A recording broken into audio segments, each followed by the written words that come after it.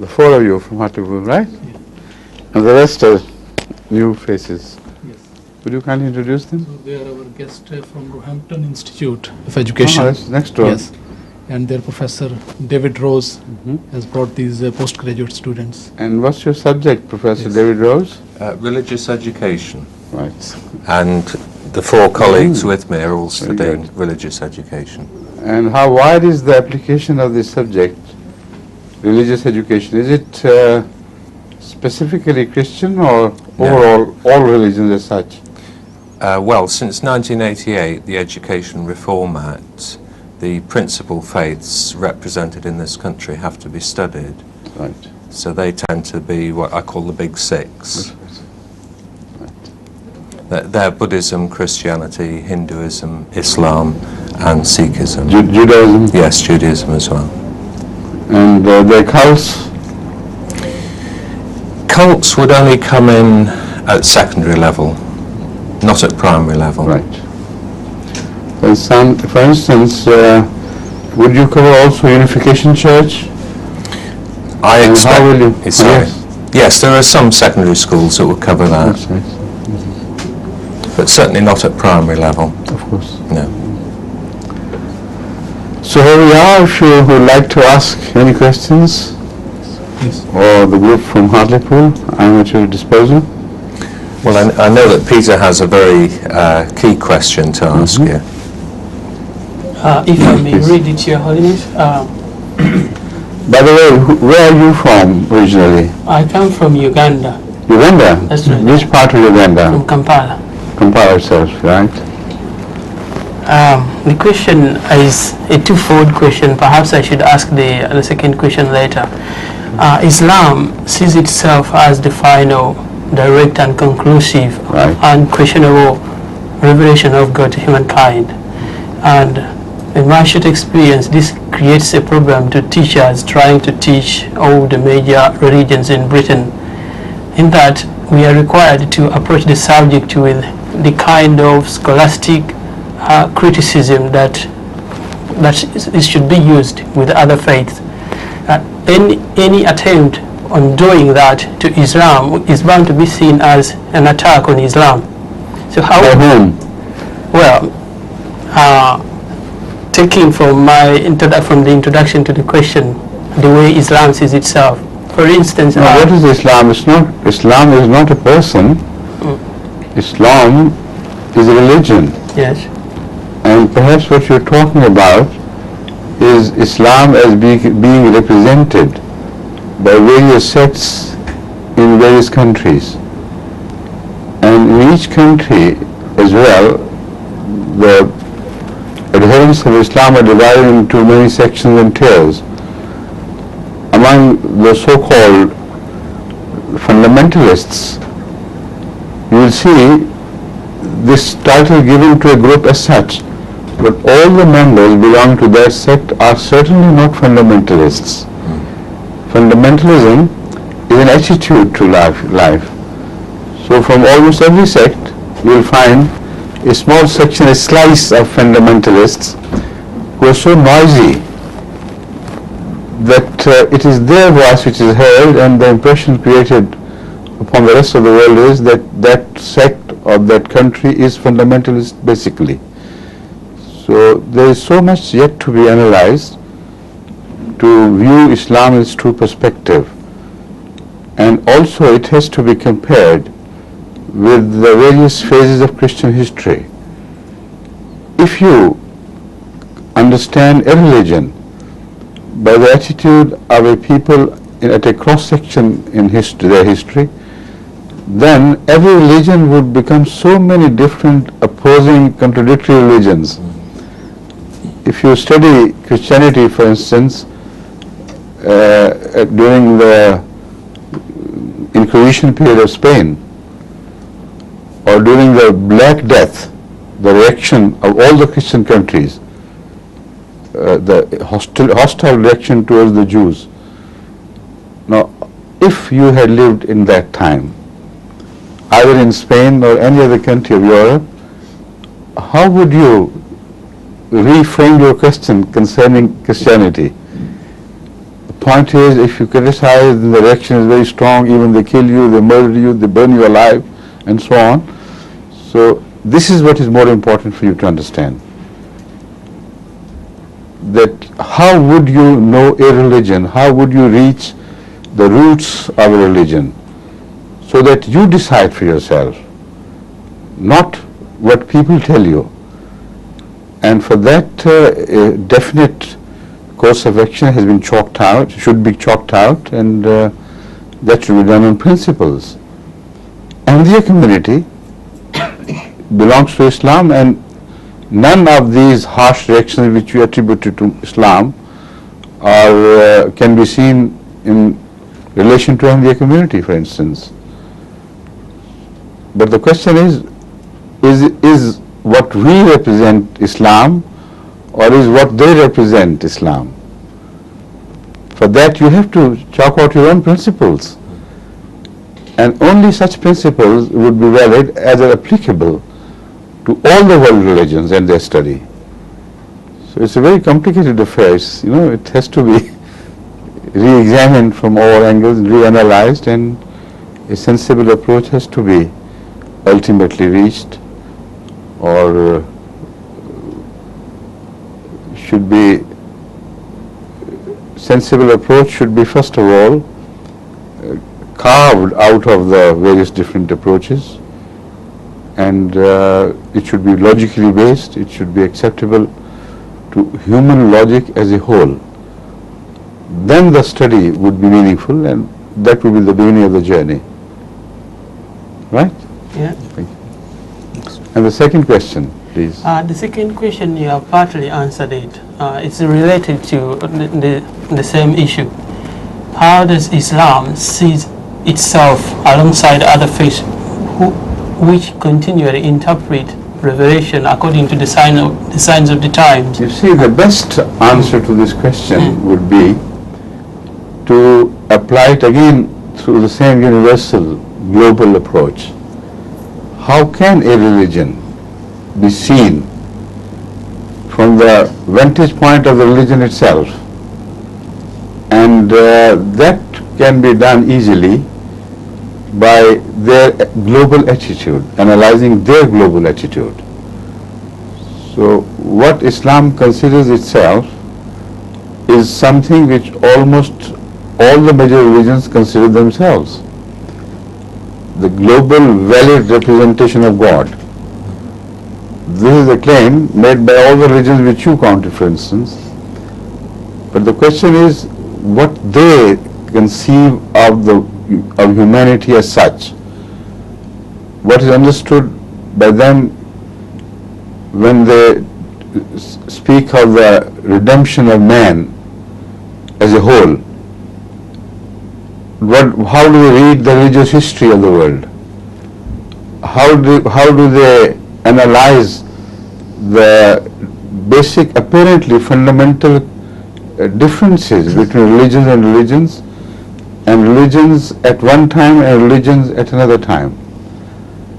In relation to the Christian history itself, you would find Christianity understood differently right from the beginning by the first leaders of Christianity and the secondary generation of leaders of Christianity, and then the bifurcations and divisions.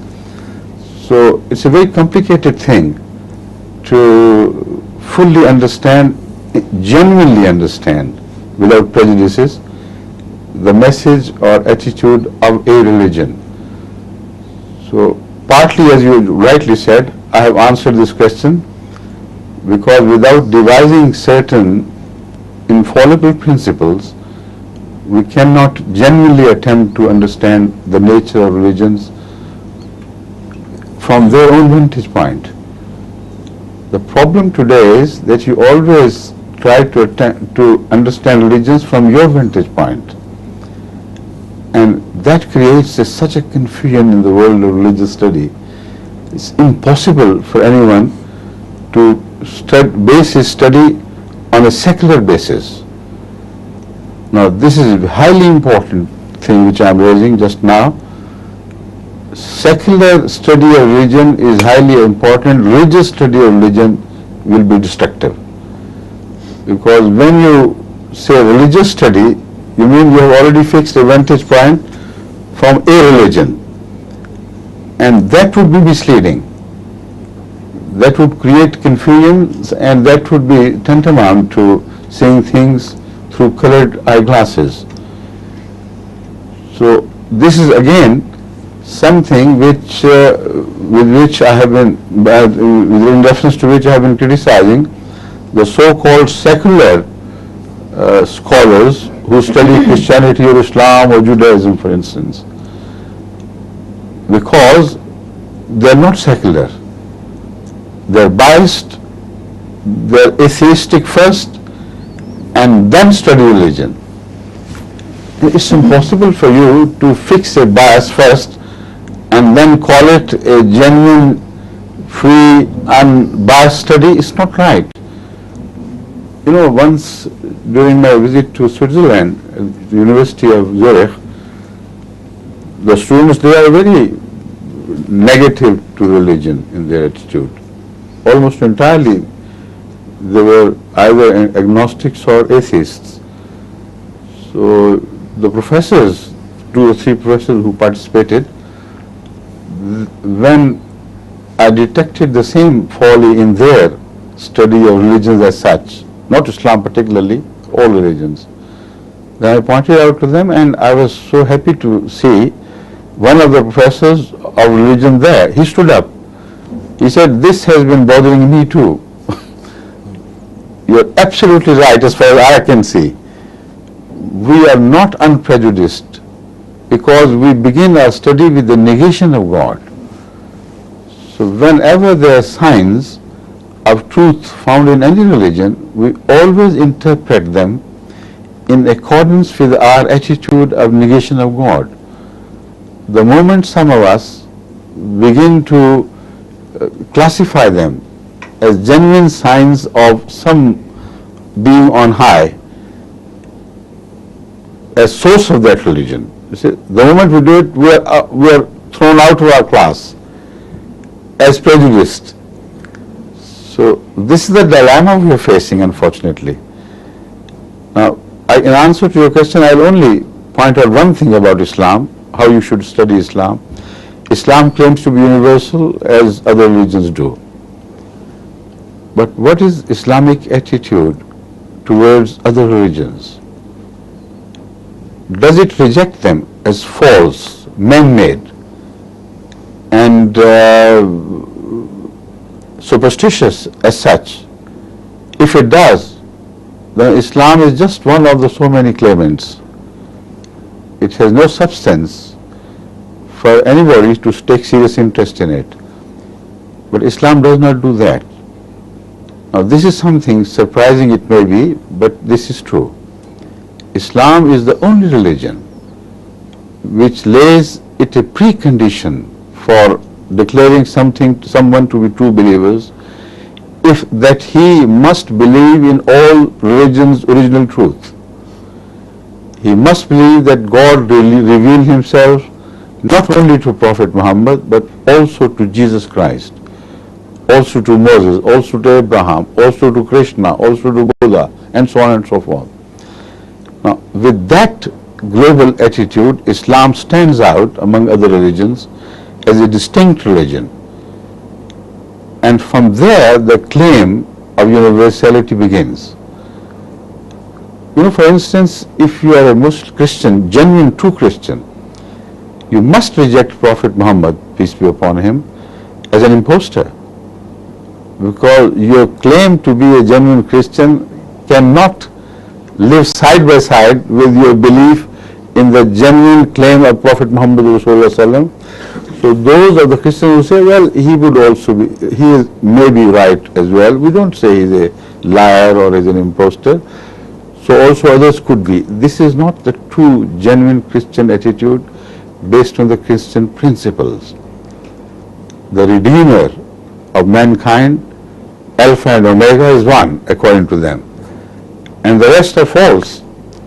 You won't read anywhere, either in the Old Testament or the New Testament, the claim that unless you believe in all the prophets of God, you cannot be a true adherent to this religion.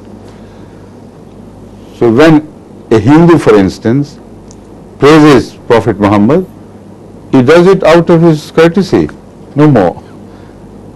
Because according to Hinduism, religion was monopolized by India. God was monopolized by India.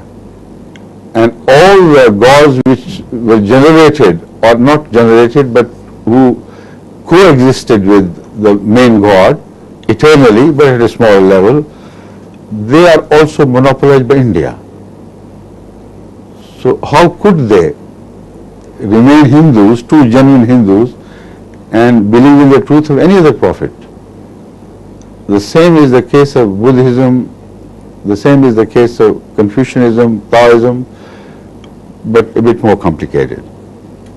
There, the nature of religion is so diluted now with the passage of time that some scholars, and most in fact the Western scholars, mostly, they do not count them among divine religions. They have to make artificial divisions between divine religions and man-made religions. Religions are only divine. The rest is just philosophy if they are not divinely originated. And because they cannot understand the existence of different religions contradicting each other, and yet there being one God. So that also is a compulsion of every such religion to believe only we are right, because within us, at least they say, there is no contradiction. And if we accept others to be the true religions, then either there have to be so many gods, or and each god having his own stamp of a religion, his own brand revealed to mankind. Or if there is one, then we can only claim to be true ourselves. The rest have to be false. But Islam has revolutionized this attitude.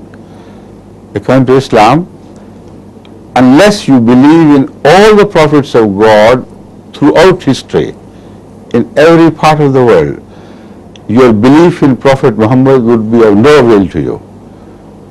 The moment you say, I believe in Prophet Muhammad, Moses, Abraham, but I deny the prophethood of prophets of China, India, etc., you will go outside the pale of Islam. So this is one study which, as I said, should be, at least should be interesting for you to see this attitude and compare religions from this vantage point. Yes, please. Assalamu alaikum. Wa alaikum salam.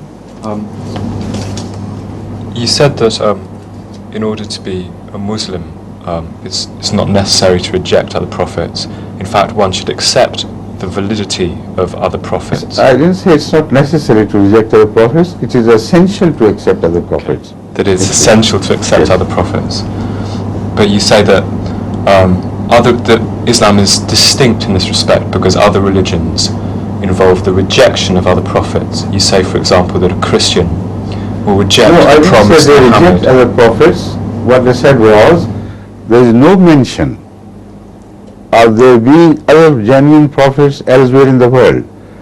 And after Jesus Christ, anyone who comes and who does not endorse the form of Christianity that you have inherited, he should be rejected as a false person, So in according other to words- genuine Christians. That's right? So in other words, Yes. a Christian would have to view Muhammad as a false prophet. Exactly. But isn't it also true that a Muslim would tend to view Christ as a false prophet because they would view Christ's claim to divinity as expressed in the Gospels as being false? No, this is not so. A Muslim would consider those Christians who attribute divinity to Jesus Christ as false, but not Christ as false. For instance, the Holy Quran points out at certain fundamental issues regarding the understanding of Jesus Christ. It claims that nowhere did Jesus say, worship me and worship my mother or worship the Holy Ghost. Now you scan the whole New Testament and you will not find a single instance where Jesus admonishes anybody to worship him. He admonishes everybody and he claims himself that like he worships God the Father, so everybody should worship God the Father. Even when the devil put him to trial and asked him to worship him, in response to that, Jesus didn't say, you worship me. He said, no, only one is worthy of worship. So, I don't want to enter a detailed debate, but I want you to understand my point of view. Similarly, there is no Trinity mentioned by Jesus Christ anywhere. It is St. Paul who is the author of Trinity. And that is why all the disciples who were trained and educated by Jesus himself opposed the Trinity concept of St. Paul. That was the first division in the Christian Church.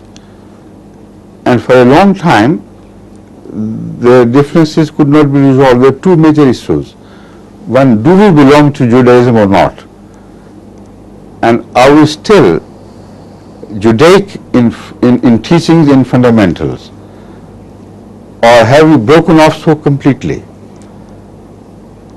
And I again insist, all the apostles and disciples of Jesus Christ who were directly educated by him refused to accept the Pauline philosophy that Christianity had broken away completely from Judaic teachings. And that resulted in Ebonite sect and other similar Unitarian sects, which were very important for the first 100 and 200 years. Now they have been practically wiped out. You think that Christianity has always been the religion of Trinity and so on. It's not so.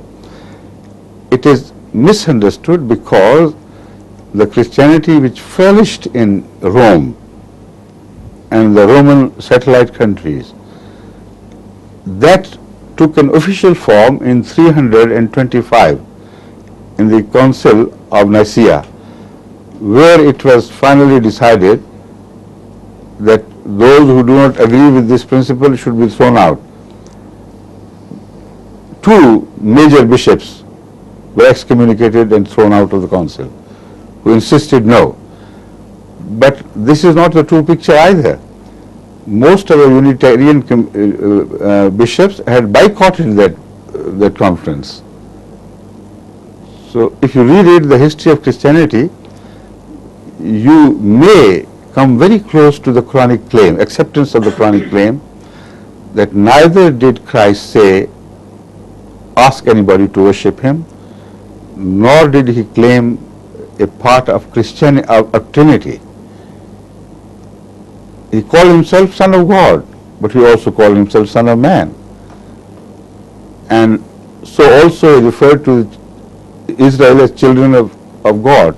Not he himself, but he accepted the biblical teachings in which this phrase is commonly found. Son of God, children of God, the firstborn of God, and so on and so forth. So according to Islam, there is no contradiction as religions, so these terms should be understood in a manner that wherever they are found, they are not studied as a sign of contradiction. They should be studied in depth, and a metaphoric understanding should be reached, like Jesus spoke in parables, and you can't take parables at their face values. So try to go deeper into the meaning of religious terminology, and then and only then you can find universality in religion. If you fail to, then the only logical answer is that there is no God, it's just a hocus pocus, and there may be so many, we don't know. Oh, please, you want to ask? Yes, I have a couple of questions. One would be just if you could briefly outline why it is that other sects of Islam, some of them are white, some of them are violently hostile to the Ahmadiyya religion.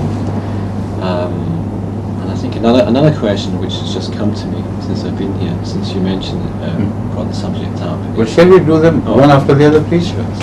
Now, first, would you kindly further elaborate the question, because it could be understood differently by me, I want to know which particular point you want to understand in this regard. Well, I think more specifically, what is actually unique about the Ahmadiyya sect of Islam, and why other sects of religion, Islam would perhaps persecute your sect? Right. You see, you should understand it better than any other person on earth, being a Christian, I mean, because the similarity of Ahmadiyya, relationship of Ahmadiyya with the rest of the Muslim world or Islamic sects at this point in time is exactly the same as the relationship between Christianity at the time of Jesus Christ and the rest of the Judaic sects.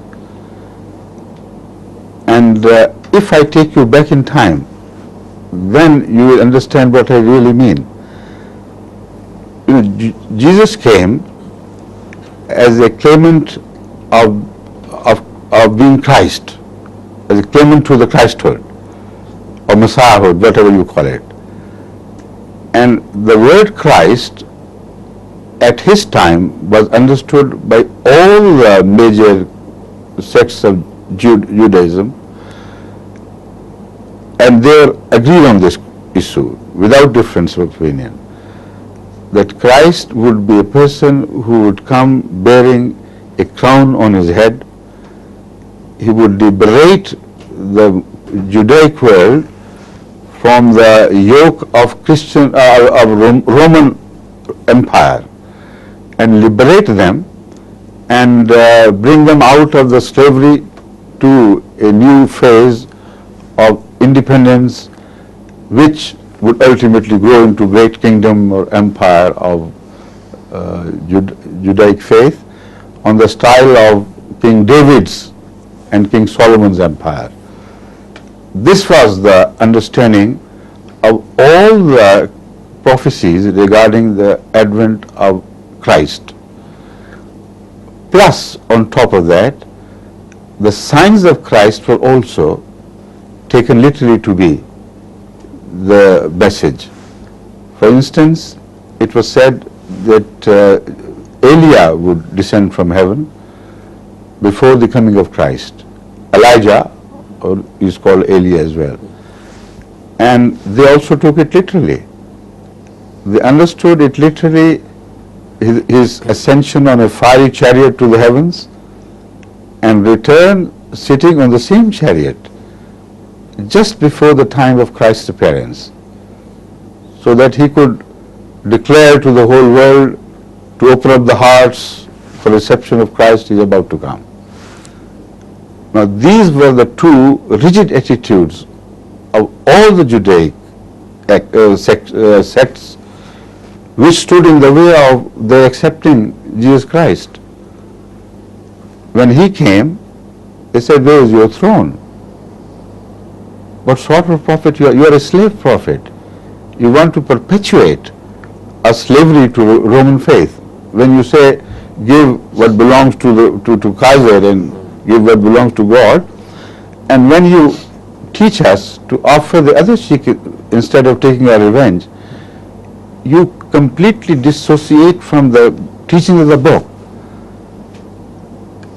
And the answer to such objections, as you read in Jesus Christ, is so profound in wisdom and leads you to the correct attitude to understand religions. In relation to the book, he said, I have not come to cancel, I don't remember the word, but what in effect is the meaning, a jot of the book. I have come to perfect the message or complete the message. So, separation from Judaism is ruled out by him himself. But an attitude is created, which is the perfection of the message. I'll come to that later on. Secondly, when it was said that where is your crown, he said, my crown is the pleasure of God. I come from him. And that is the only crown I know. The worldly crowns I care not. For the worldly crowns I care not. Again, they're not the words, but the effect of Jesus' attitude to such questions. When it was referred to him that the Jewish people mock at his followers by asking, where is the Elia?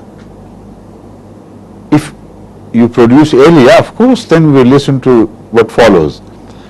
But when the foundation is not laid, how can we believe in the first floor having been built without the ground floor?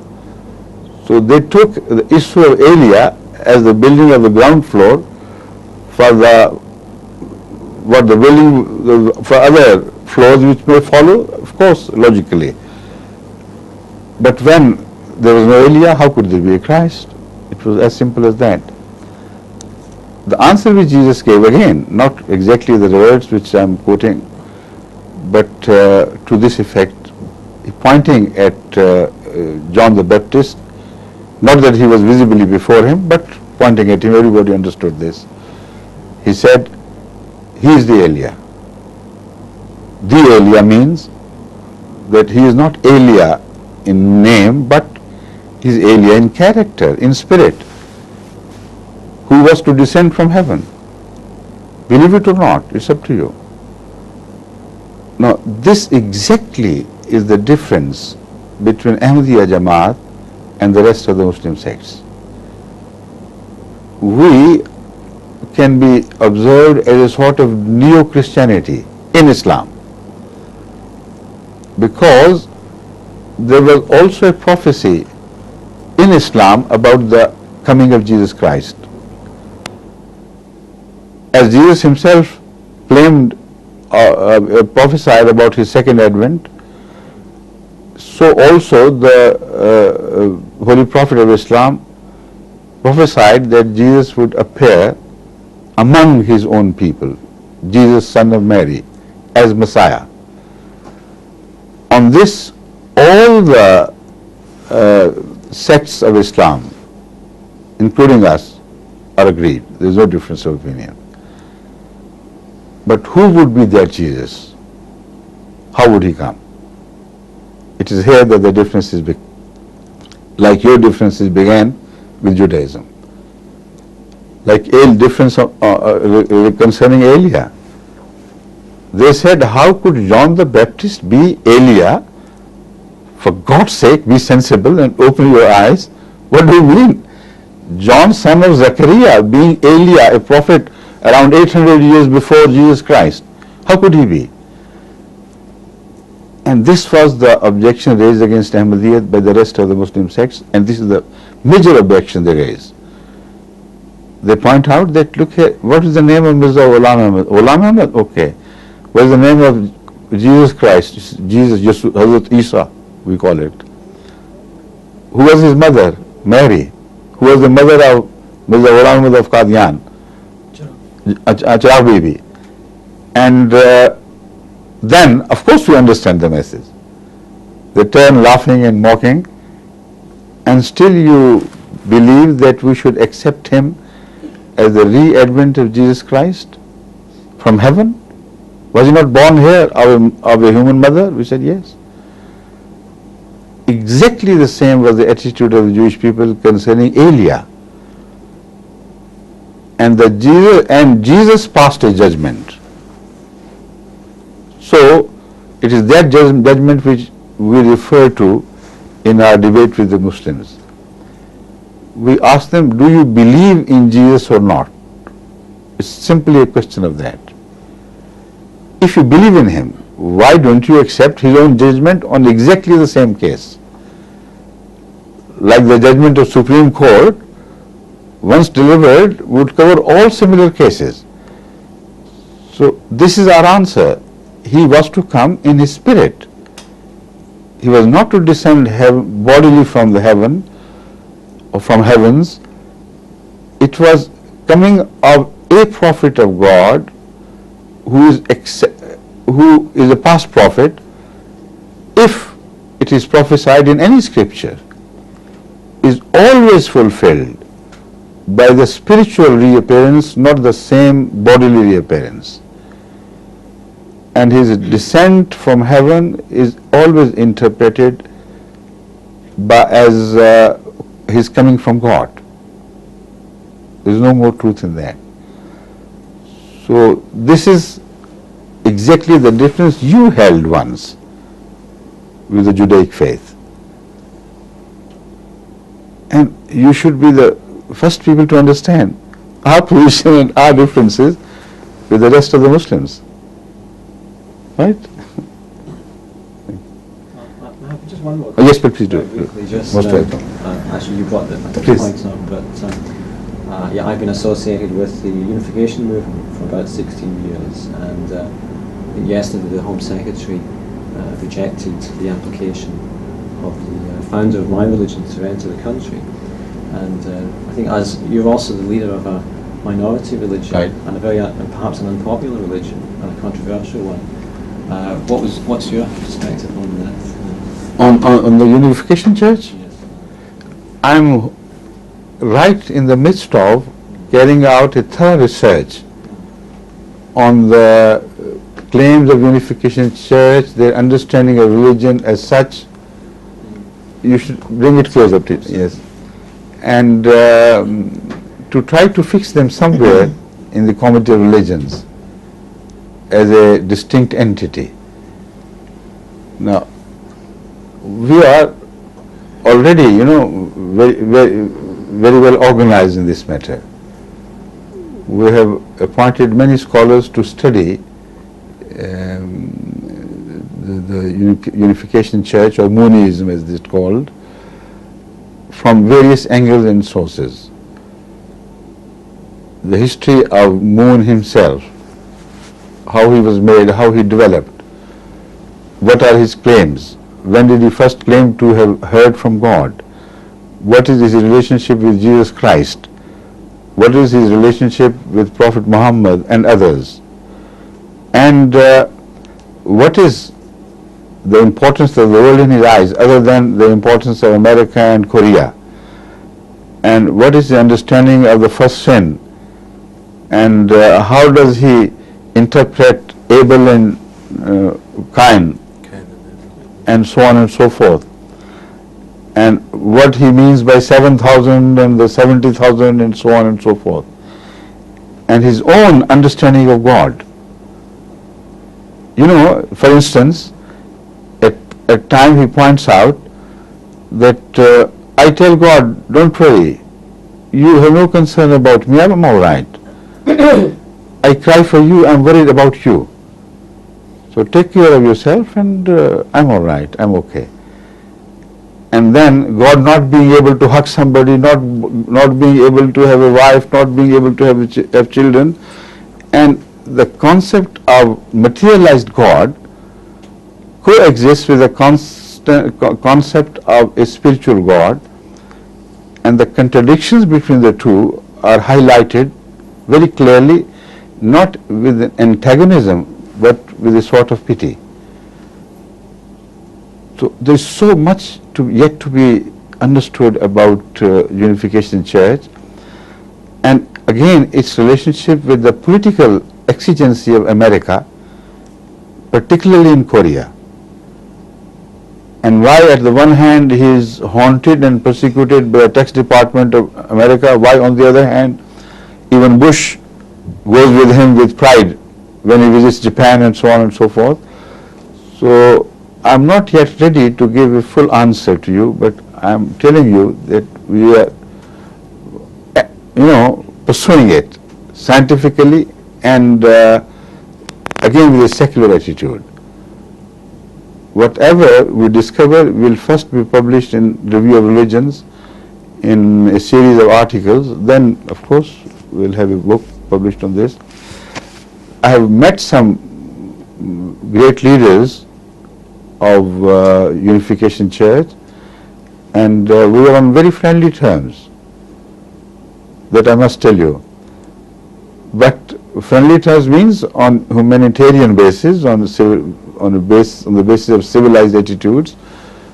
We are on excellent terms. That is why I was sent also a special invitation to attend the conference here in London, the Queen Elizabeth II Hall, where they particularly invited me to be included among the celebrated guests to meet what do you call President Moon, or Reverend Moon, and his wife and other guests.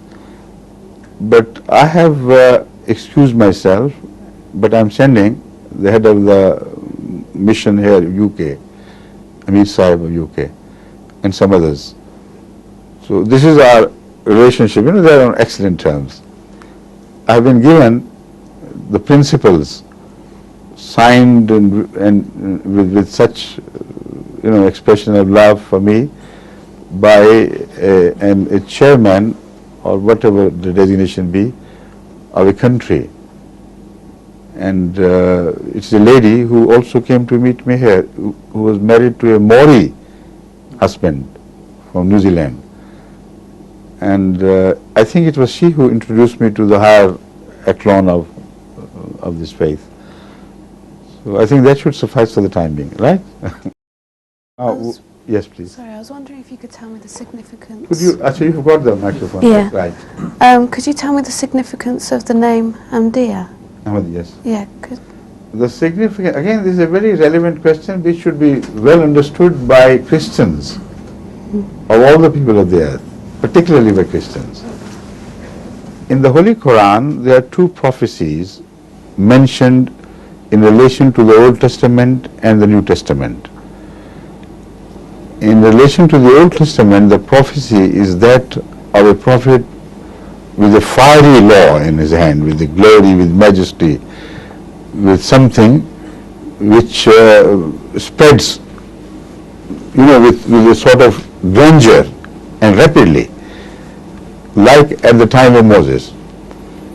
So according to the Holy Quran, when you study the Old Testament, you will find a prophet mentioned like unto Moses, who would come, and his description as somewhat what I have already explained to you. At the same time, the Holy Quran says, but his prophecy in the New Testament by Jesus was differently worded. His name was mentioned as Ahmad, not Muhammadim as written in the Old Testament. Now this again is a debatable issue, I must tell you. The current translations of the Old Testament have changed the word Muhammadim into praiseworthy, while previously they used to keep this word intact. Particularly at the time of the revelation of the Quran, there was no translation of the Bible in any language which changed this word into a translatable word. It was presented as a proper noun, Muhammadim. The present day scholars, some of them, object against this claim of Muslims by saying that this is a plural and the names are not plural. The proper nouns are not plural. But they forget that in Hebrew, in other original languages in which it was translated, it was a custom that out of respect, even proper nouns were pluralized. So, leaving the debate aside, this is what the Holy Quran says is the first appearance of Prophet Muhammad is mentioned in the Old Testament in relation to his similarities to Moses. The second appearance is mentioned not in the Old Testament but in the New Testament. And there he is given the name of Ahmad. Paraclete or Parkalith are the translations of the word Ahmad. But Ahmed is also found in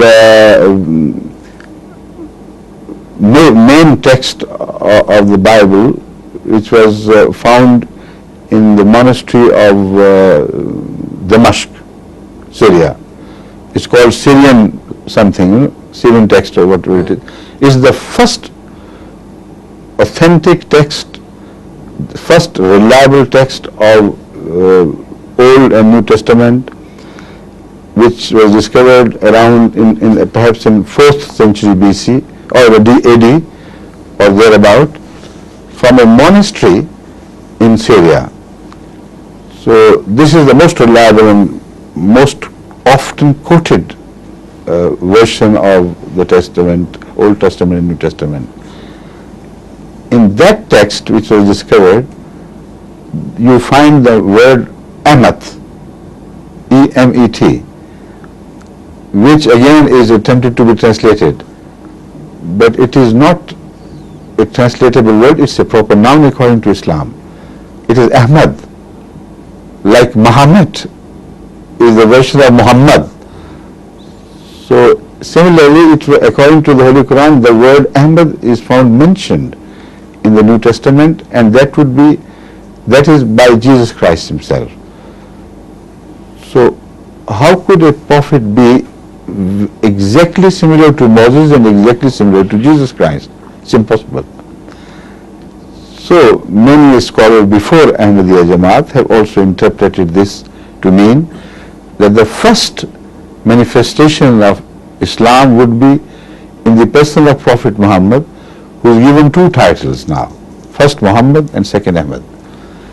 And the second would be again his manifestation, but in the form of a reformer who would be similar to Jesus Christ in his attitude to religion, but being a different person, his manifestation would be referred to as the manifestation of Prophet Muhammad, because he would not bring a new faith, he would be completely subordinate to his master Muhammad.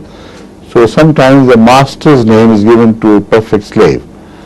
So according to this explanation, in accordance with this explanation, we consider Ahmadiyya to be that distinct manifestation of Islam which was referred to as the manifestation of Ahmad.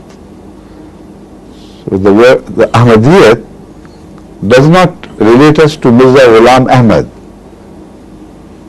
This is a misunderstanding. It relates us to Muhammad as mentioned also by the name of Ahmad in the Holy Quran, and also according to the claim of the Holy Quran by the New Testament. Right? Thank you. Now, Hartley Pool Group. Assalamu alaikum. You are Rani? Yes, I am. Yes, I And last week as well, I watched a program about the Turin Shroud, which showed a team of people testing its authenticity.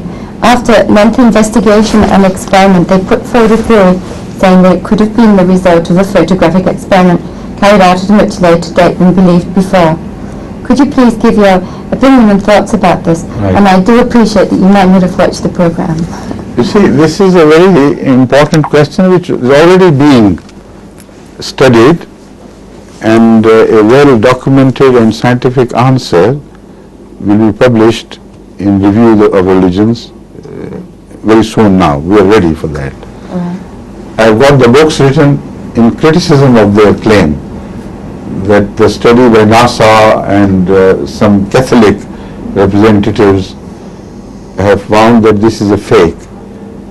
Now the major problem they faced was that if it was a fake, how could this be a photograph instead of painting?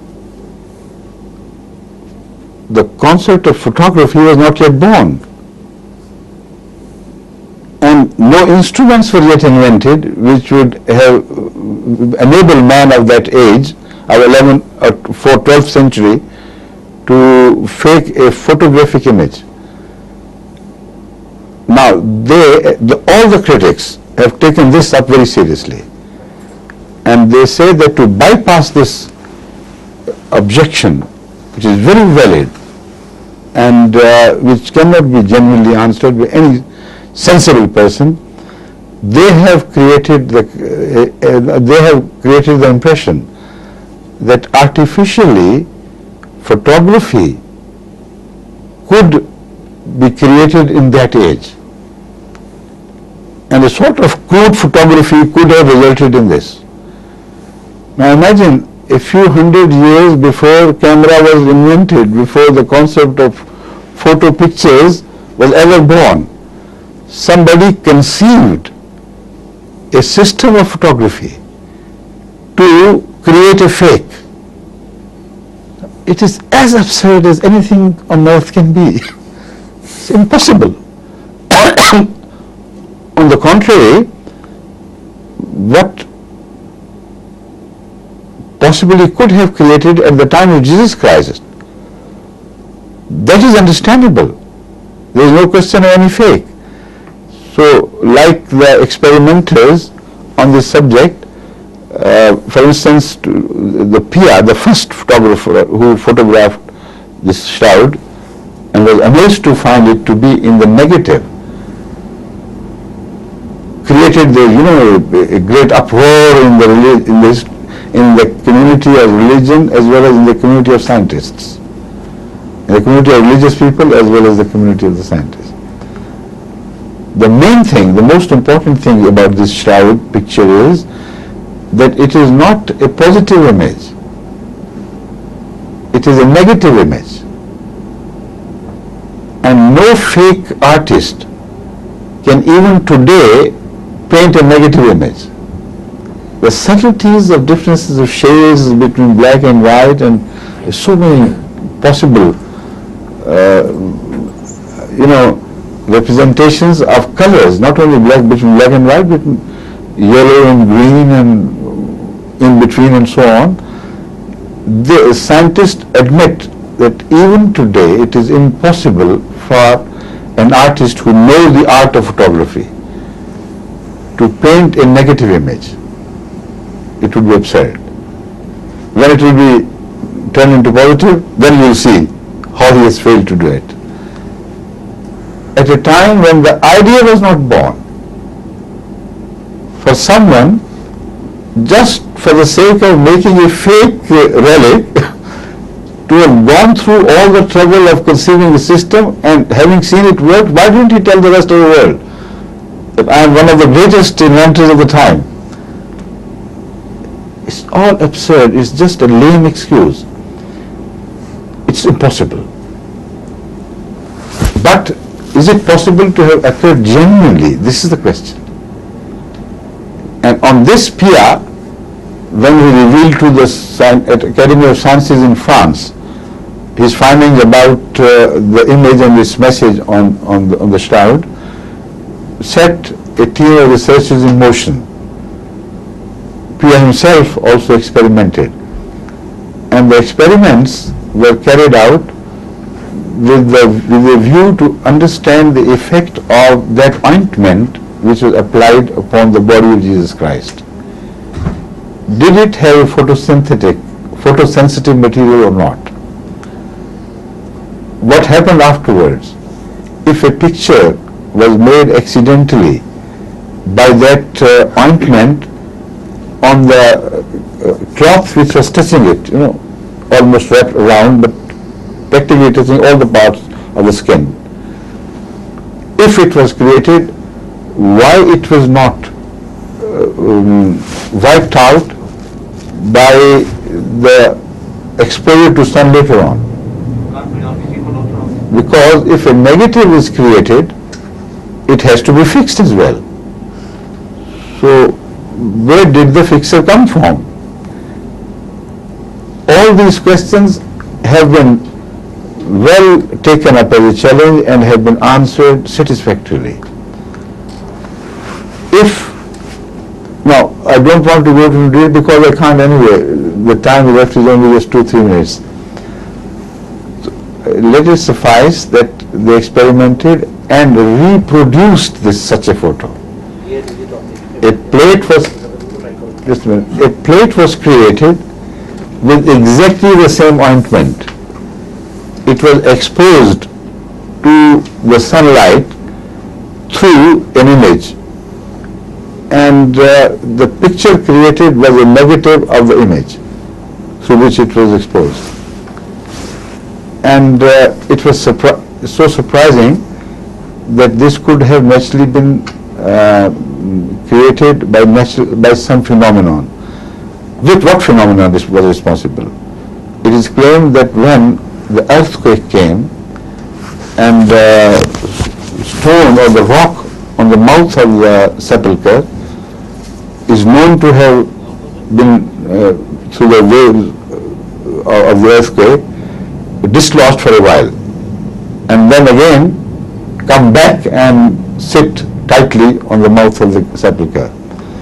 When this happened, the time enough was given for the natural light to permeate into the cave and create that image and activate the photosynthetic material within, which was a component of that ointment, Then they know ammonia was released during the earthquake. And ammonia was also essential by itself. The constituents were not capable of taking a full picture, could not be turned into a full photosynthetic material. So photosensitive material was created with the influence of ammonia, which is found in plenty under the Palestinian terrain. And the subsoil is full rich of such ammonia elements. But how was it fixed? Then also it is reported that sulfur fumes followed. And in earthquakes, sulfur fumes are almost a rule. They always emerge from crevices and openings. And sulfur working on that newly created image would work as the fixer. Once sulfur was given a time, a chance or an opportunity to work on this newly created photosynthetic image, it could fix it permanently, and that is the process of development which we know today. Now they have proved it, they have made such images. So we do not require a fake artist to produce the shroud if it were genuine. The natural circumstances as have been well recorded make us believe that this is possible, and it did happen. So the image, if you study, is a sort of crude photography, which is a result of direct touch of material on which the image is transferred. And that material is, of course, has been made photosensitive. I have been reading wrong terms by mistake. I used to say photosynthesis. Photosynthesis is a different thing altogether. Photosynthesis means the transfer of energy, sun energy, into available food energy for living forms. But what I had in mind throughout, let me rectify myself, it was photosensitiveness of the material, together with ammonia, could and has created such images in the laboratories today. And sulfur fumes have worked as fixers. So this is the whole story of the shroud as we read it. The critics of this experiment have written books. I received just a big volume written by two critics of the shroud investigation by NASA. Only yesterday, from America came, I have not yet read it. But I have read other materials, and I know that all this is a propaganda. Propaganda by vested interests. It's impossible for Christianity of the current brands, not only Catholicism but almost all brands, to accept that image on the Turin Shroud to be genuine and yet reject its message. It is the message which is so difficult to swallow. because the message delivered by that image is that whoever was wrapped in that shroud was yet alive. He had not yet, he was not dead. His wounds were still bleeding. And similarly, other messages which one reads make them believe that the concept of Jesus having died upon cross and has been resurrected later on is belied by the image of Christ on that shroud. The concept born out of this image is simply this, that a man reached the verge of death, and it is a case of miraculous survival, not a revival.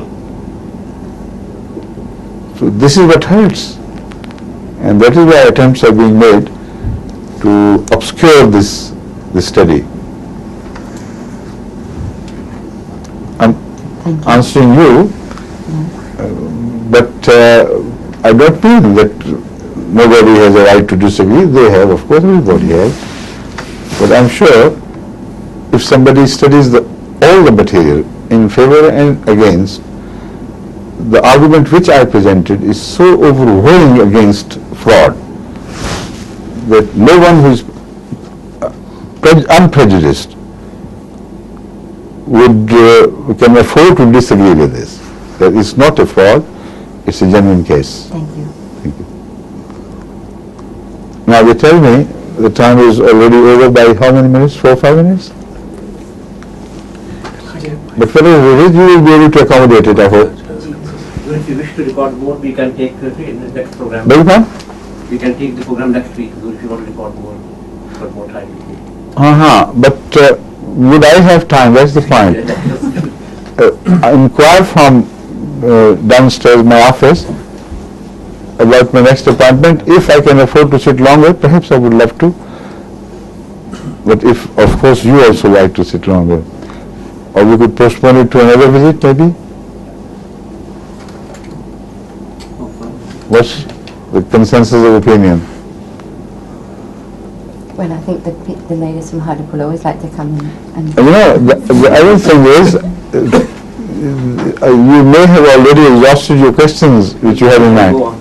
Okay. The green signal is given to me. We can go on. So anyone else from Hartlepool particularly, because you have not been given chance so far. Assalamu alaikum, President. Wa alaikum salam. There are many crimes committed these days, burglaries, muggings, and the more serious crimes of murder. Would you kindly bring this closer to you now, please? And the more serious crimes of murder and rape and sexual abuse seem to be on the increase, with children and the elderly seeming to be the most vulnerable. Do you think there should be corporal punishment, or in the case of murders, hanging should be brought back? Or do you think there is another way to change society? I think none of the solutions suggested by you can be effective, because the causes lie much deeper than the plane of punishment. The plane of punishment is try to wipe out the effects of something, like cleaning the floor and things, scrubbing the walls and so on and so forth. While the filth in itself, if it grows from within and appears on the surface much after its generation or creation, if that is ignored, if you don't understand the causes of all this, then this is just a meaningless attempt. You see, when you increase the punishment or make it stiffer, you must also realize that the agencies which are responsible for the implementation of these punishments are also moving towards corruption, sitting on the same platform. It's like quicksand, but a moving platform of quicksand which is swallowing everybody and goes on moving without anybody realizing that we are doing it in totality. So the police standards are also going down the drain as much as that of the criminals. And political standards are also going down the drain as much as that of the rest of the successful society.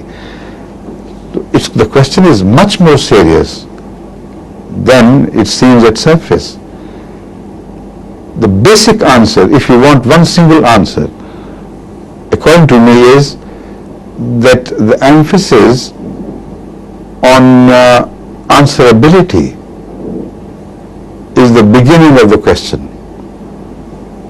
And what is meant by accountability or answerability? Is it possible to increase the importance of realization in human beings of their being answerable and questionable before the society, while at the same time they are being told that it's not important for you to believe that you are answerable to God. You are accountable for your action to God, and there will be another judgment and sort of judgment after your death.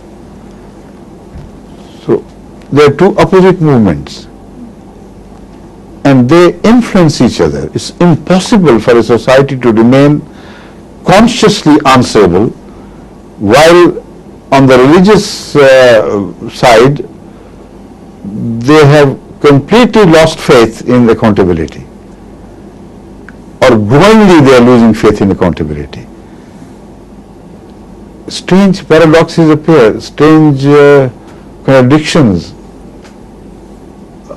raise their heads. For instance, in the British schools nowadays and colleges, particularly in schools, the children are told to feel free to do whatever they like as far as the immorality and their personal right to do whatever they like is concerned in relation to their parents' faith, the religions and views on morality. They are supported so strongly against the conventional values of morality of their own parents that if a girl wants to insist on her behavior and the parents take exception against this, the social coverage, the social benefits would reach the threshold of that house themselves without being stirred up much. While other,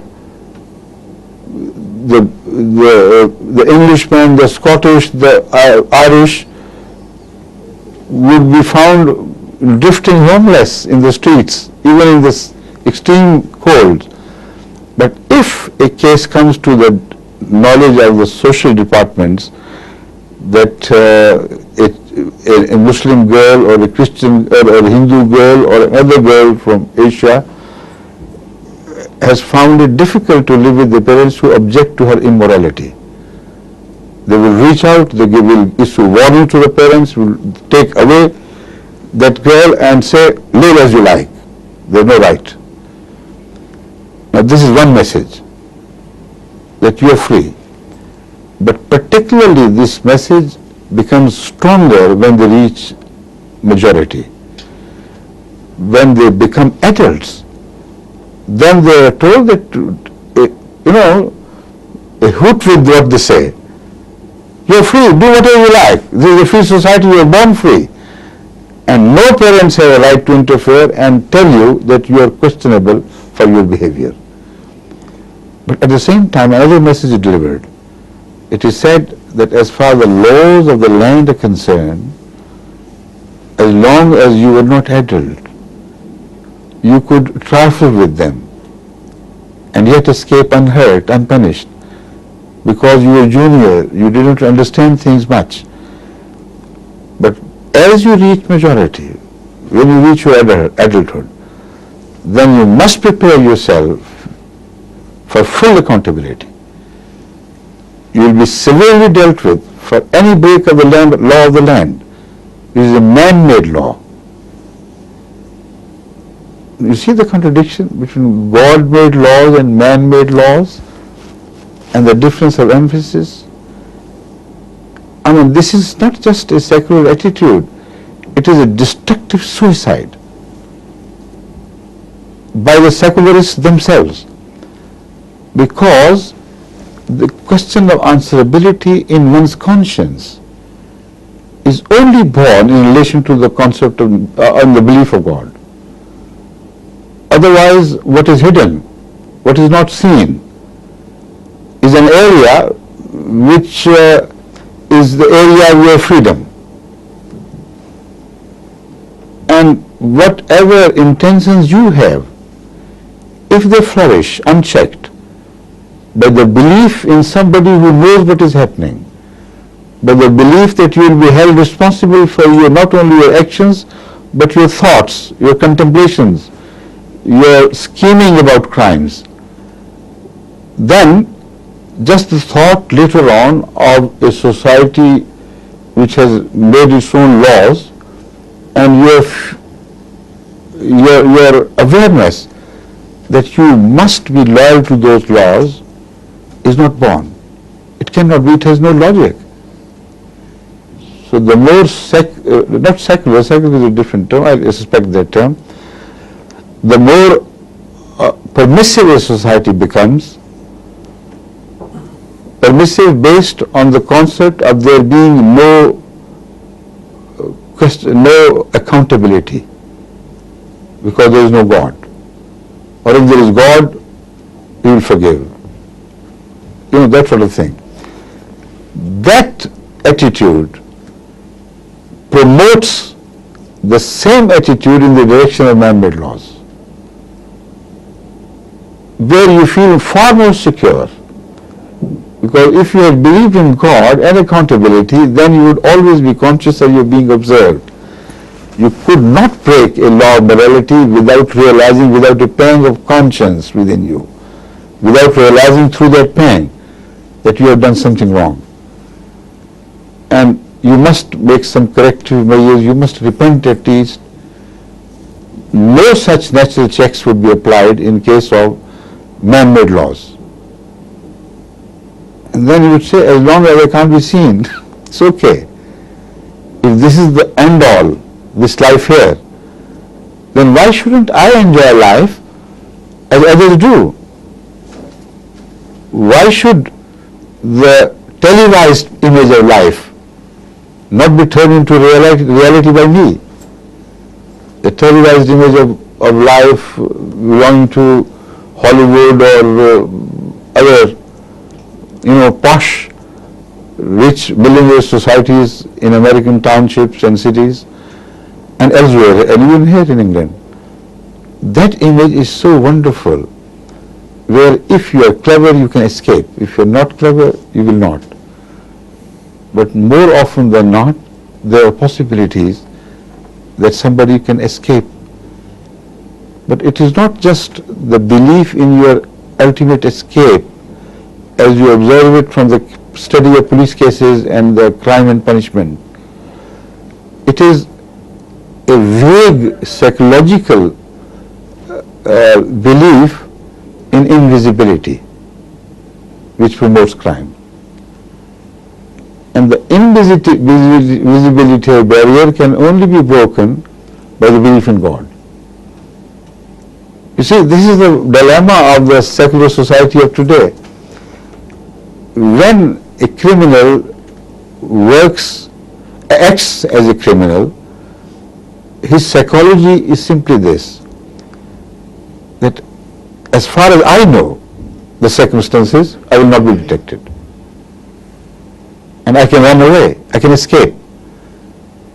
And that promotes him to the acts of crime and emboldens him when the criminals grow in number so much so that they become unmanageable by the police forces available in the country.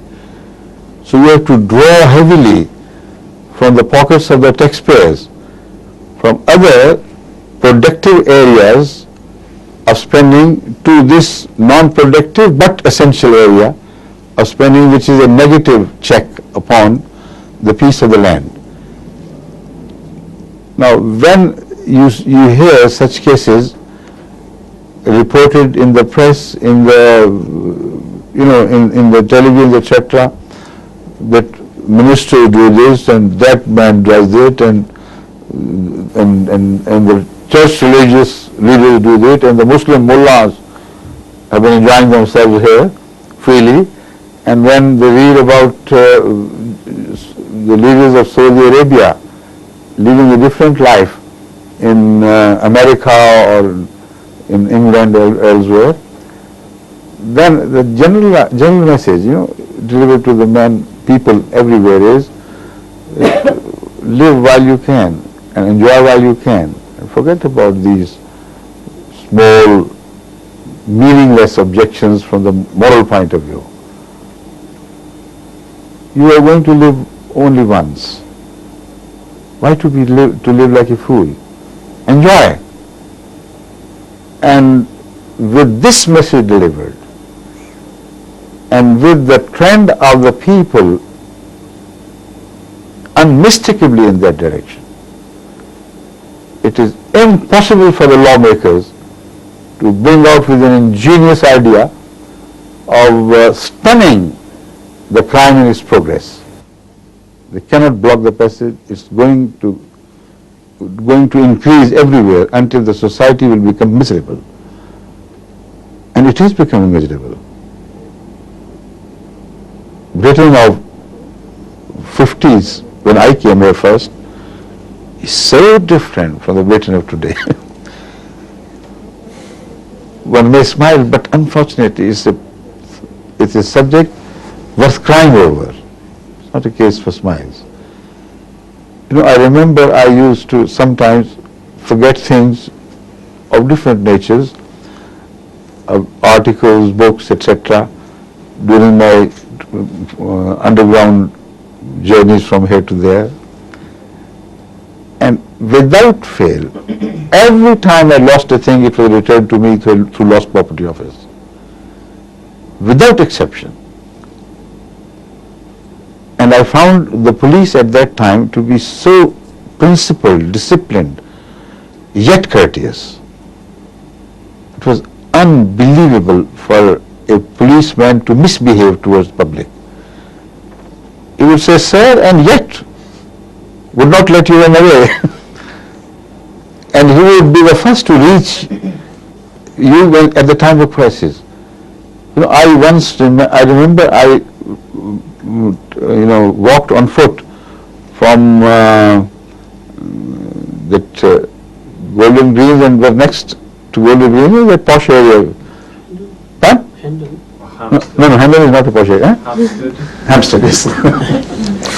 From Hampstead to London Mosque, because we were sitting in a very interesting intellectual meeting of different friends from universities, etc. And I didn't realize that on Sundays these underground trains stopped before the normal schedule of the weekdays. So I missed it. So I walked, but in full confidence. I was absolutely safe, because it was our experience. Whenever you needed the British police, you would always be there somehow. They had that very strange type of omnipresence. But nowadays, you miss them when you need them. You never miss them when you don't need them. When you're not committing a crime, they will be after you, and they will be so harsh in treating you and investigating as if you had already committed a crime. So when this is happening to your police forces, and more license is given to them, and more freedom to act and apprehend anybody they like in the name of protection from crime, they are abetted to become criminals themselves. And the same is everywhere. There in those days, I left some valuable things, including my camera, in my car, which was an old model car, which even if I had locked, could be opened by somebody, but it was not locked. For 3 months during that very severe winter in 1956, the car remained standing outside in a busy road, and no one cared to take away a single item which I had left there. Well, they could have attacked it, like cameras and some other things. I returned from a trip, And there were quite a few valuable things which I had collected during that trip. Nowadays, it's impossible. The Russian delegation came to us at the annual conference this year, and they went to see Harrods. They didn't have enough money to buy from Harrods, but they were so fascinated by the idea of there being something very posh and very special. And as they returned, whatever they had bought at other places was gone. The van was broken into and everything was wiped out. So this is what is happening to you, unfortunately. And no measures at scraping the crime results from the top would ever be successful in discouraging crime. You know, the figures which are quoted on television by the conservatives and others, and they're all fake. You know why? Because they say they're just juggling with figures and facts. They say that crime has been reduced, the incidence of crime is reduced because of the police figures that less mugging, less breaking into the houses, and they did not tell the public, which is our own experience. Most of the crimes which have been reported by Ahmadis in this area of breaking into the houses have not been officially registered. The small things, they happen. Take care of yourself. Somebody is mugged. It's yes, it happens. And where is the proof, and so on and so forth. So if the policy of the government is to register a less number of incidents of crime, then the figures become fake. They can't be compared with anything. And the governments nowadays are capable of doing it, I believe. So, I'm sorry, this is a pessimistic answer. But the optimistic part is already mentioned by me. Bring back the society to the awareness of a creator, the awareness of your accountability. Even if not that, at least follow the Japanese system which have they introduced for the last some years in the schools. Without reference to a religion, they are trying to teach morality at the school levels. It's more difficult for them because they don't have the concept of God as we have elsewhere. But for England, it's so easy. Don't permit the Muslims to teach Islam in schools in the areas of beliefs and dogmas. They should be totally banned, because it is there that the differences ultimately turn into ugly incidents of hatred and non-tolerance and so on and so forth. But morality is almost common. That is the universal principle.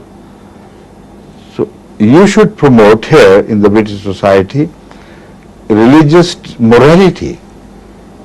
Even if it's Hindu, even if it's Buddhist, even if it's Sikh, whatever you call it, the basic concept of morality remains universal.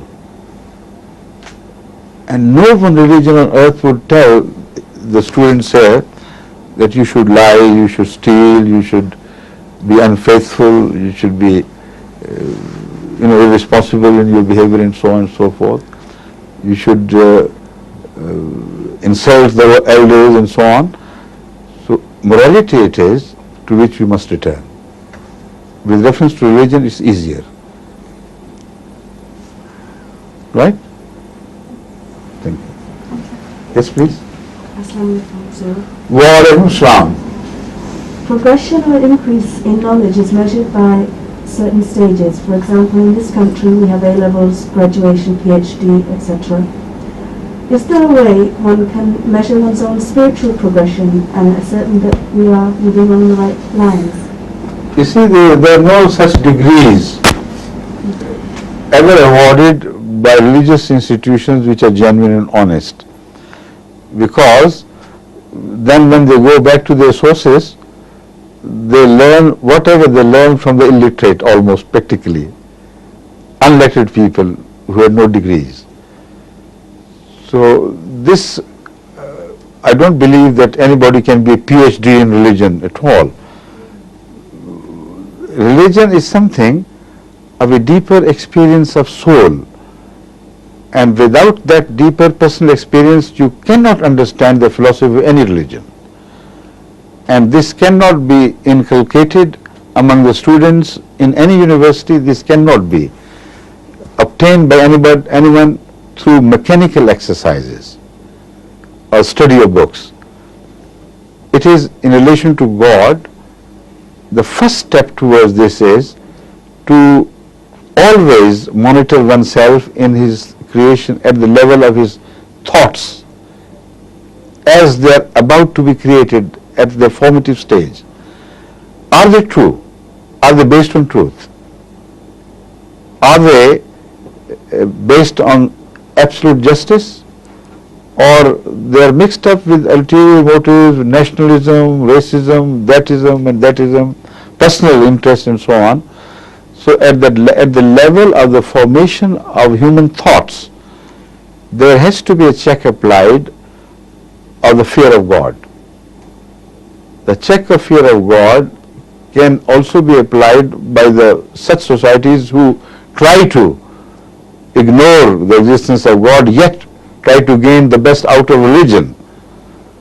For them, I would advise them, at least somehow they should be told that if you want to really be a good man, to grow a good man, an excellent member of the society, keep monitoring yourself at the time, at the stage of your thoughts as they are formed.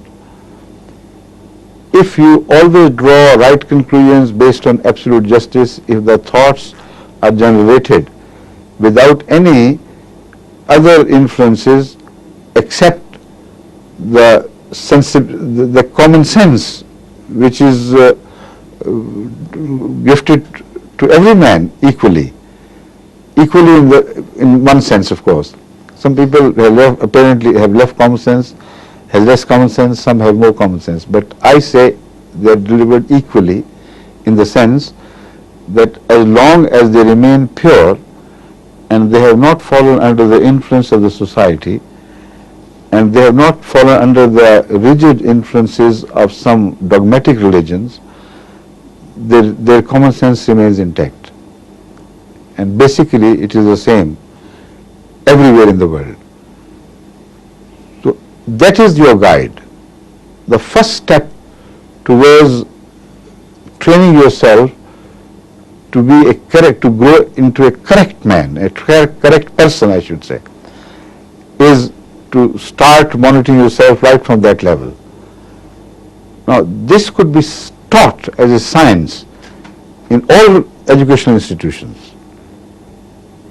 The only objection is taken when you begin to talk of God and God having created a certain brand of his views as religions. Then the fights begin and they're endless. So you should bypass this area. You should get down to the level of the basic universal moral concept of humanity. And then I hope you will get that degree which you are referring to. And the Holy Quran refers to that degree. Perhaps you have not noticed this. According to the Holy Quran, the religious education begins with this inevitable loyalty to truth. The Holy Quran claims in the very first verse of Surah Al-Baqarah, which is the first chapter after Surah Fatiha, which is sort of the Holy Quran summarized. So we do not count it generally as first chapter, while it is the first chapter, which is a small chapter of 7 verses. But the real text begins with the Surah Al-Baqarah. And there, in the very first verse, the Holy Quran, speaking on this subject, says, this is a perfect book, no doubt. There is no doubt in it, and there is no doubt in this claim. Yet it can lead to the righteous, to the right path, only those who are true, who are God-fearing. This claim has created such a dilemma, and the great Muslim scholars have been involved in trying to resolve this problem. The religions come to teach fear of God, and the Holy Quran claims that unless you have the fear of God, you can't be taught anything. So whether the chicken is first or the egg is first, this time-old dilemma is again presented by the Quran according to their view, and they try to resolve it through different angles. But I think there is no dilemma at all, because the word taqwa, which is fear of God, has been interpreted and should be interpreted according to its context and application of upon a situation. Here, the simple definition of taqwa is in English terms to have the ability to call a spade a spade. That's all. If you have that, then you do not require any intense religious knowledge or training. But you can't get any religious training unless you have that ability to call a spade a spade. So this is the meaning of the first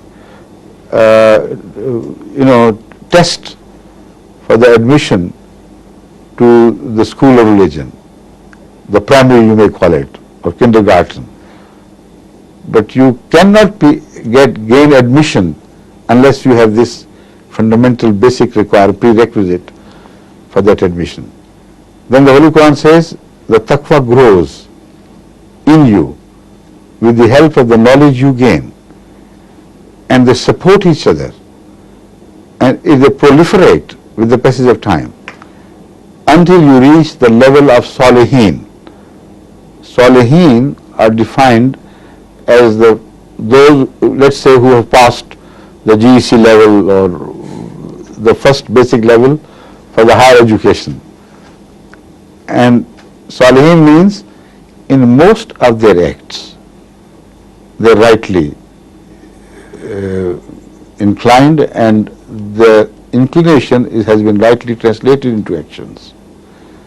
So this salih is applicable to both these areas, the intentions plus the realization of the intentions. So if more often than not you think rightly and act rightly, then you are called salih, the first degree or the first certificate. Then comes shaheed. Shaheed is someone who begins to see God while he is not seeable, not visible in any form, with such deep faith that for him there is no difference between life here and the life there. Both are realities, and such strong realities that you can consider death as just a threshold. You cross over to the other side, step into another house. These are the people who are always ready to lay their lives for the sake of their belief, because there it is not that somebody tortures them to death or kills them or murders them because of the difference. That they could be referred to as shaheed, but here the definition of the Quran applies to those who willingly, having different choices, who could escape death by changing their views and beliefs, would see squarely death in its eyes and say, all right, we are ready because we know we are going to live again, and that would be a more permanent sort of existence than the life here on earth. They are called shaheed. Shaheed means witness. So instead of finding a word like martyr, in Islam the term is a witness. That is the second degree which is granted to those who proceed in the direction of greater knowledge and greater practice. Then comes the third, which is very high degree, let's call it a postgraduate degree, which is Siddiq. Siddiq means that as far as they know, they do not consciously deceive themselves or deceive others, who are so true. The truth has gone deep into their fibers, in their making. In every situation they have to be true, they have to emerge as true under every trial. And here it's a very important thing which is claimed by the Holy Quran, because whomsoever we consider to be true, we may be right in declaring somebody to be true, but it's always a relative question. True in that circumstances, untrue in those circumstances, true more often, untrue less often, marketable in certain areas, not marketable in some others. But Siddiq is a term which is applicable only to such people who are never in the market for selling their faith for the sake of any worldly gains or commodities. So this is the third higher degree. After that, the only degree left is that of prophets and messengers. And that is not only just a degree, but also an employment. So it is not just that you qualify to be a prophet and you become a prophet. It is also related to the need for a prophet and need for a certain type of prophet. If a man is reached the stage of Siddiq, he becomes available to God for trusting Him. Because if somebody delivers a message from God, he has to be absolutely trustworthy. And if he may fail here or there, such a person will be unsafe to represent God. So Siddiqiyat is the stage where human beings are trained, and with the help of themselves of course, trained by religions, but with their own inner effort, joining hands with religious efforts, to reach that stage where they are absolutely true. Then if the needs be, then prophets could be chosen from among them.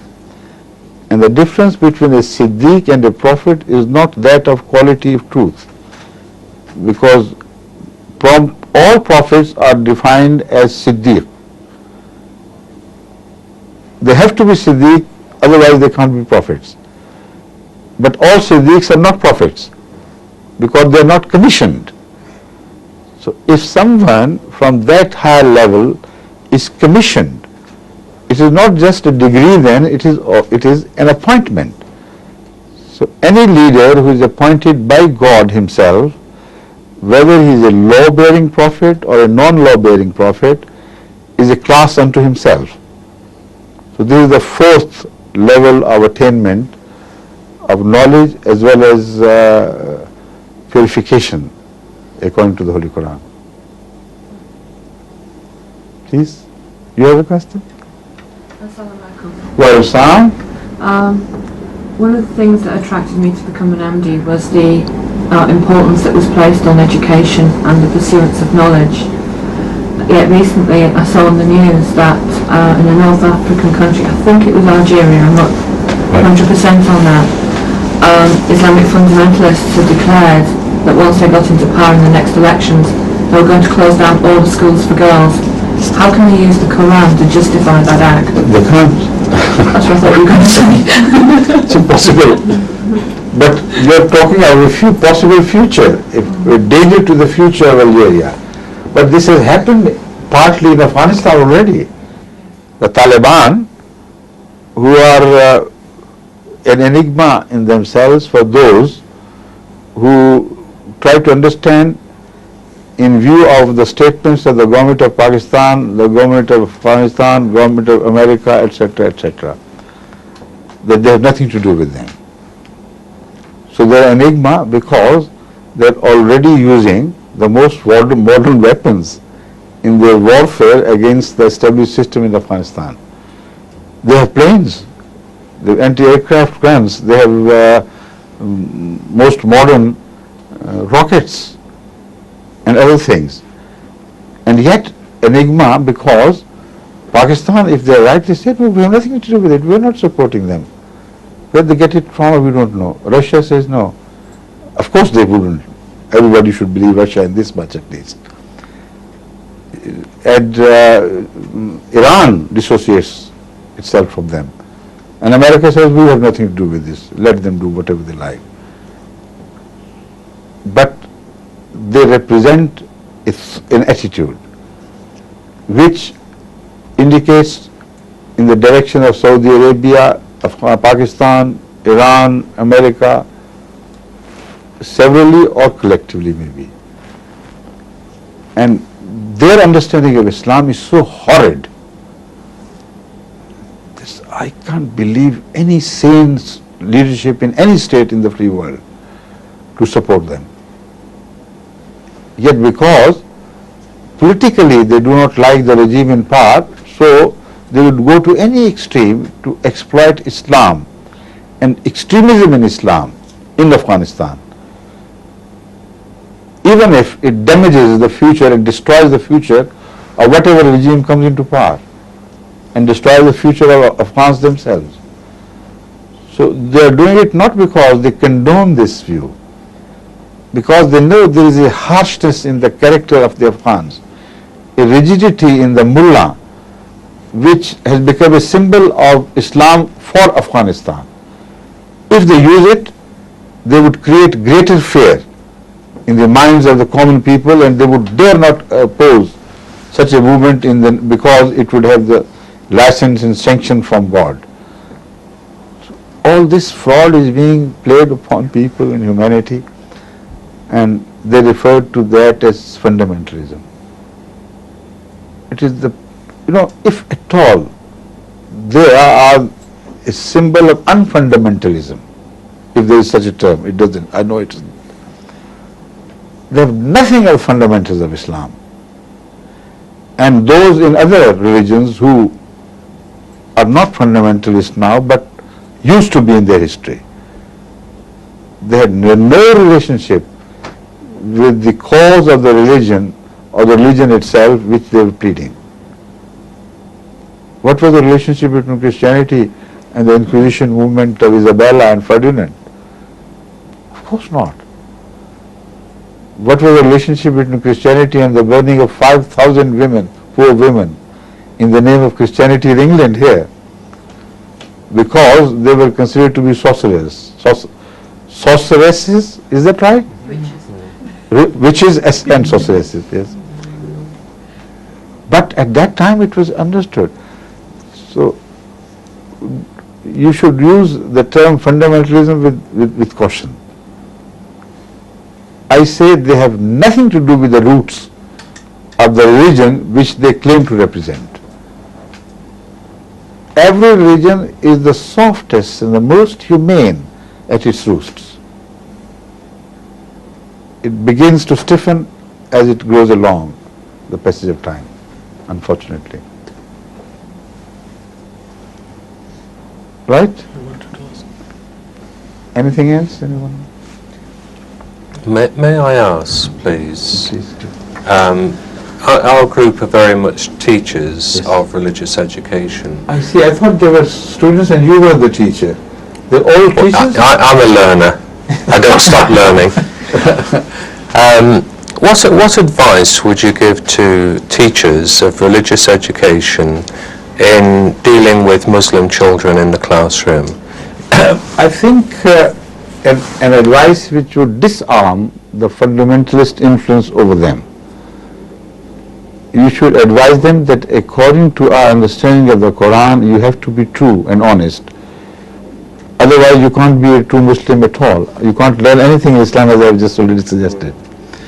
And it's impossible to be true to God without being true to His creation.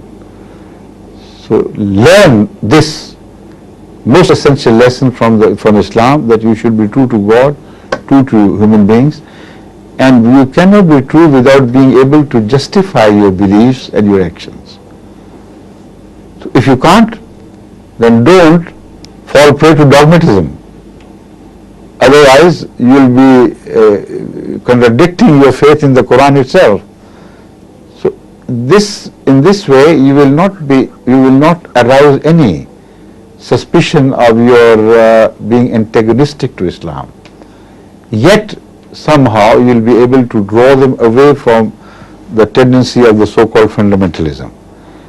Secondly, I think you should emphasize the role of morality, not only in the area of truth as the fundamental thing, but also in other areas, and tell them that if you are a Muslim, you should behave like a Muslim, and there your behavior should be like a Christian as well, because in the basic understanding of morality there is no difference between Judaism, Christianity, Hinduism and so on. So become moral. Without being moral you can't become godly. Dogma can never make you anyone godly. The image of piety which they conceive of God, when it is translated into the reality of their own conduct, only then one can become godly and not otherwise. So if you spread this idea to make it more digestible to students of different levels, I think that's the best attitude you should acquire. Now I'm told that perhaps it should be time. Yes, because I have to go to the prayer hall, the mosque I mean, to lead the Zuhr prayer within 10 minutes, and I have to prepare for that as well.